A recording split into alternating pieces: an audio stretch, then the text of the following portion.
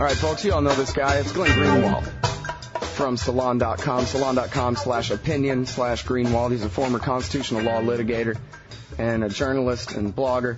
He's the author of the books How Would a Patriot Act? A Tragic Legacy, and Great American Hypocrites.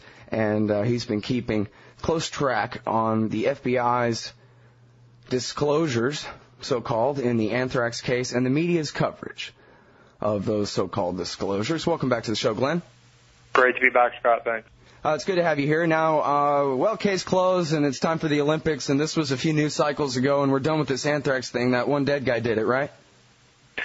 Well, it is amazing. I mean, it got a lot of attention for, maybe 24, 48 hours, maybe a few days longer in the wake of Bruce Ivins' rather melodramatic suicide.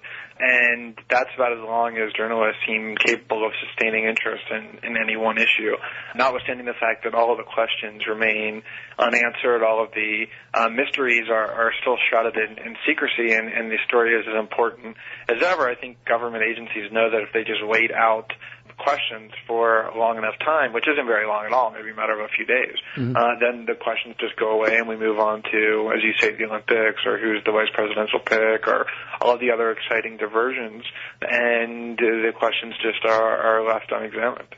Well, the headline in the New York Times today, on one hand it says, hey, FBI presents anthrax evidence, so it ought to be good enough for you. But then it even says right there in the headline that the FBI says that they can't erase, quote, doubts. And here I thought that was the standard for conviction. So they're saying that if you people were a jury, we would not be able to convict this guy, is the headline of the freaking article. And then in paragraph 2, it says that if you don't believe everything they say, then you're with the spore on the grassy knoll and a conspiracy nut. Right. I mean, in lieu of offering any actual substantive explanations, or more importantly, in lieu of revealing the evidence that the FBI is in possession of, exclusive possession of, they've resorted right away to the standard demonization tactics that if you don't believe everything the government says, then essentially means that, as you say, you're a conspiracy nut. I mean, the assistant director of the FBI was quoted, it was obviously a play on comment designed to do just that, in every newspaper saying, well, there are always going to be people who are, talking about the spore and the grassy knoll, designed to depict those of us who haven't been convinced by the FBI's non-disclosure of their evidence as just basically being, insatiable anti-government nuts.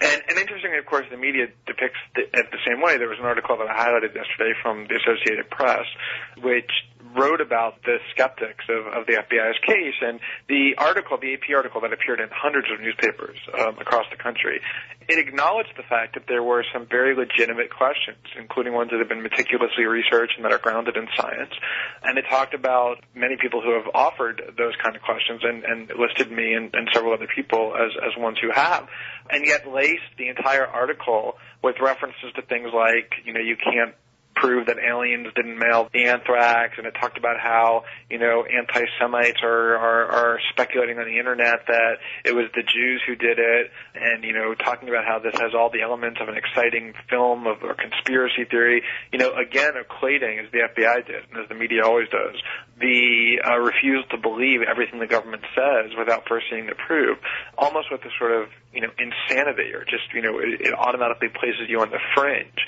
if you question what the government says. And I mean, it's in general that is an extremely unhealthy attitude. But here's a case where the FBI, by its own reckoning, for years insisted that they had this right suspect, Stephen Hatfield, only to have to pay him close to $6 million because they destroyed his life, and it turned out that they were wrong. Before that, the government was insisting it was Iraq who was behind it, or Al-Qaeda who was behind it. So in this particular case, never mind all the other instances in general of government deceit and error, in this particular case, there's a history that they got everything wrong.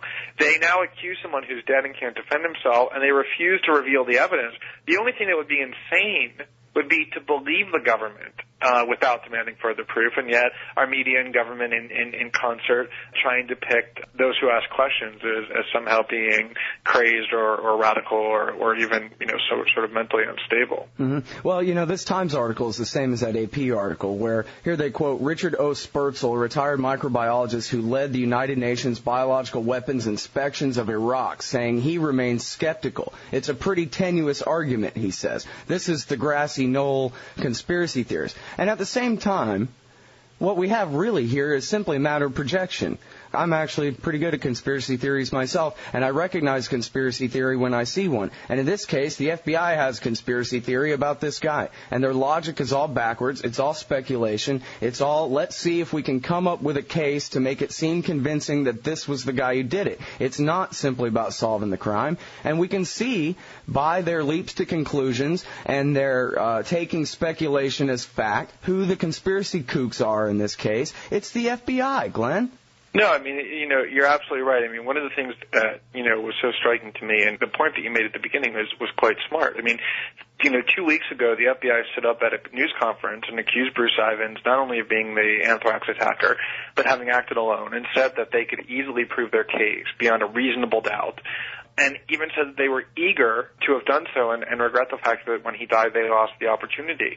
And yet here they are, as you say, acknowledging that there are doubts that pervade this case, that they're never going to be able to resolve. There are doubts scientifically in their case. There are doubts in terms of the circumstantial evidence. And I'll just give you one example that was so striking to me, which was, a week ago, one of the principal criticisms of the FBI's case is that there is absolutely no evidence, at least that they've revealed or described, that places Bruce Ivins at what is in essence the scene of the crime, which are the mailboxes in New Jersey and Princeton, New Jersey, that the FBI says is where the anthrax letters are sent. I mean, he lives in Maryland, he works in Maryland, and so in order to build a case, one of the very first things you would want to do is to have evidence linking him in some way to those New Jersey mailboxes, witnesses who saw him there, a record trail that he went there, out of the ordinary activity of filling your gas tank up or using credit cards or ATM withdrawals, out of the ordinary that would suggest that he actually traveled there. There's absolutely nothing like that.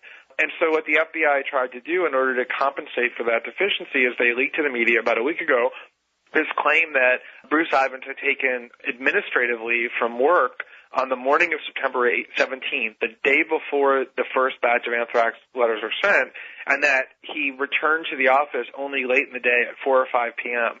for a meeting. And they told the media, leaked to the media, that they believed that he, after taking administrative leave in the morning, drove up to New Jersey to drop the letters off, the anthrax letters off, and returned to Maryland in time for that afternoon meeting. They didn't have any proof of that. They said that was their belief as to what happened. Now, several people immediately online, of course no journalists, but several people immediately online point out that the FBI's claim would be physically impossible because by their own reckoning, the FBI said that the window of opportunity to have dropped these anthrax letters in the mail began at 5 p.m. that day on September 17th because it would have to be after 5 p.m.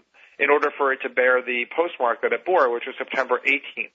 So there'd be no way that he could have driven up to New Jersey, dropped the letters in the mailbox, and returned by a 5 o'clock meeting in Maryland, because that would mean that he would have dropped the letters before 5 o'clock, not after, which by the FBI's own claims would have made it impossible. People pointed that out, and so 2 days ago the Post printed a new leak without even acknowledging that it was a new story, and the FBI said, actually what we believe is that he drove up to New Jersey after work that night on the 17th. So they don't even, despite standing up 2 weeks ago and proclaiming with all this confidence that they could prove beyond a reasonable doubt that Bruce Ivins was the anthrax attacker and that he acted alone, they don't even have any idea how it is that he got to the mailbox, when it is that he got to the mailbox, or even if he got to the mailbox. And all they do when you point out the huge holes in their case is they just change their story to some new version, hardly a hallmark of something that would warrant confidence in a criminal investigation or in government accusations. So here you are not just putting all of the rest of the mass media in this country to shame, but the FBI, too. They might as well deputize you and let you solve this thing at this point. Well, I think it's, fairly clear that they actually don't want to solve. They're not that interested in actually solving the case. What they're interested in is creating the perception that the case has been solved for who knows what reason. I mean, in general, law enforcement agencies are under pressure in a case like this to solve the case. When it's a case of this magnitude, one that has gone unsolved for so many years, that had such political significance, where they accused the wrong person for years and had to pay $6 million, the pressure is enormous on them to solve the case. And essentially, their behavior was not the behavior of an agency that believed they had a case. I mean, they basically tried to, bully and intimidate Bruce Ivins and his family into breaking because they didn't have a case against him. So they wanted to break him to see if they could make him confess exactly what they did to Stephen Hatfield. They didn't arrest him. They didn't detain him. They didn't announce that he was guilty. They didn't have a case. It was only once he was dead that they suddenly proclaimed, knowing that he couldn't defend himself, oh, this is definitely the guy.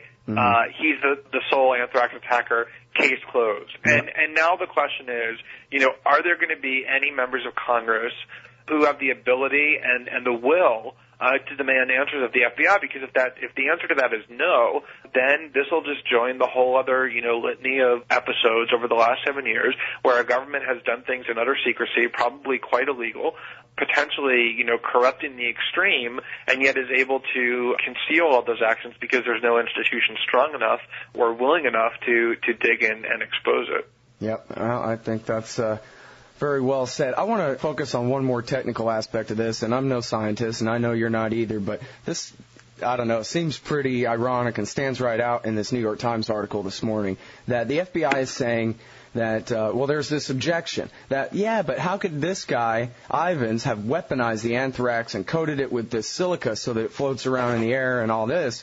And the FBI is saying, he wouldn't have had to because we've determined that anthrax just grows silica in nature and it works great like this. But sorry, we've been completely unable to reproduce that effect anywhere. And they quote one scientist here, Dr. Spurtzel again, saying this raises even more questions. If the FBI is right, he says, and an individual can make that kind of product just by drying it, we are in deep trouble as a nation and a world. Anybody can weaponize anthrax in their living room, according to the FBI, apparently. This is one of the true mysteries of this case. If you go back and look at what the FBI was saying in 2002 and 2003, and not just the FBI, but outside scientists whom they recruited to examine the anthrax, there was unanimity that this was a very frightening form of anthrax because it had at least been aerosolized, if not weaponized, meaning it would float. You don't have to do anything to it in order for it to become inhalation anthrax. It existed in the form in the letter, and that's how it killed people who didn't even open the letter. It essentially penetrated through the envelope and into people's lungs, deep into their lungs, which is extremely difficult to do, said the FBI, and it takes a lot of know-how and complexity. And in fact, the FBI, and I can show you the article, it's from 2004 in USA Today, said that they were trying for years to reproduce the anthrax, to reverse engineer it, and they were incapable of doing so. Now suddenly they claim that they have been able to reverse engineer the anthrax, that actually it's quite easy to do, although, as you say, they say, well, we weren't able to create it with the silica. We're not sure how that happened. Somehow, when the anthrax attacker did it, the silica just naturally absorbed into the spores by nature. That's natural, even though we can't get that to happen no matter how hard we try. But we have been able to reverse engineer it, and there's nothing really that exotic about it. It's not really that uncommon. You wouldn't need such a high level of skill in order to do it. Remember, Bruce Ivins is not someone who ever worked in weaponization. He's somebody who worked in research, and they used essentially wet spores at Fort Detrick, and not the kind of dry spores that was found in these letters, and certainly not the highly refined spores that were in the letters sent to Daschle and Leahy. And you have people at Fort Detrick saying there is no way that Bruce Ivins could have produced these spores based on his knowledge, without working with other people and without being detected, and yet the FBI is just waving those objections away, saying things that completely contradict what they said in the past, namely, we were able to reproduce this, and it wasn't coated with silica, it just had it had silica naturally in it, and you have this whole field of microbiologists, ones who worked at Fort Detrick, ones who know Bruce Ivins, ones who are in the field, who are saying it's extremely improbable that he would have had the know-how, let alone the access to the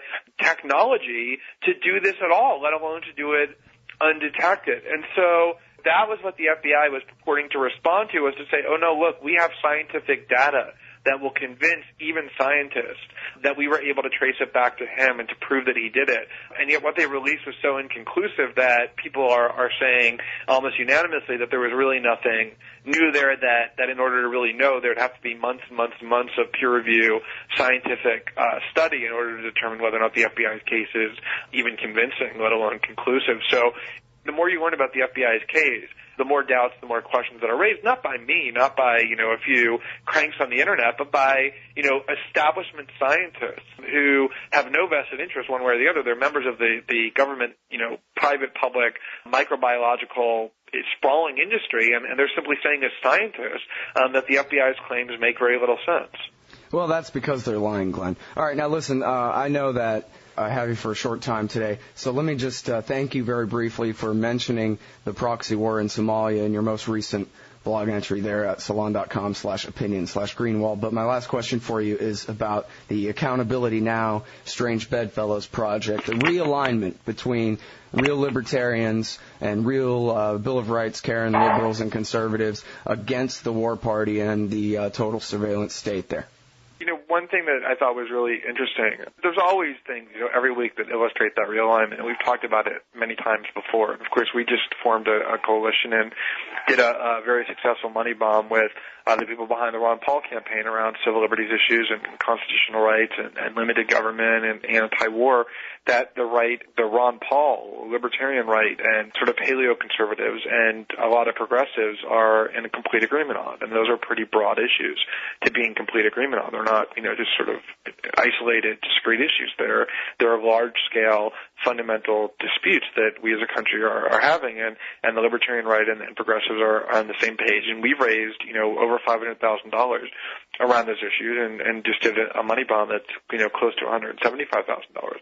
But if you look at, for example, one of the most cited interviews of the last month, it's probably, among liberal blogs, it's probably Andrew Bacevich, who was on Bill Moyers several days ago, who's, a long-time conservative, a former colonel in the military, just a standard paleo-conservative who was talking about the excesses of executive power and the dangers of imperialism. Wasn't that a great interview?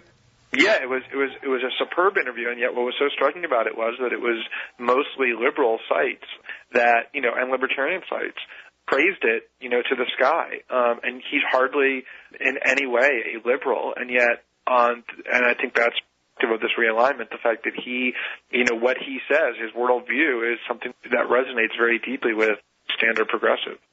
Yep.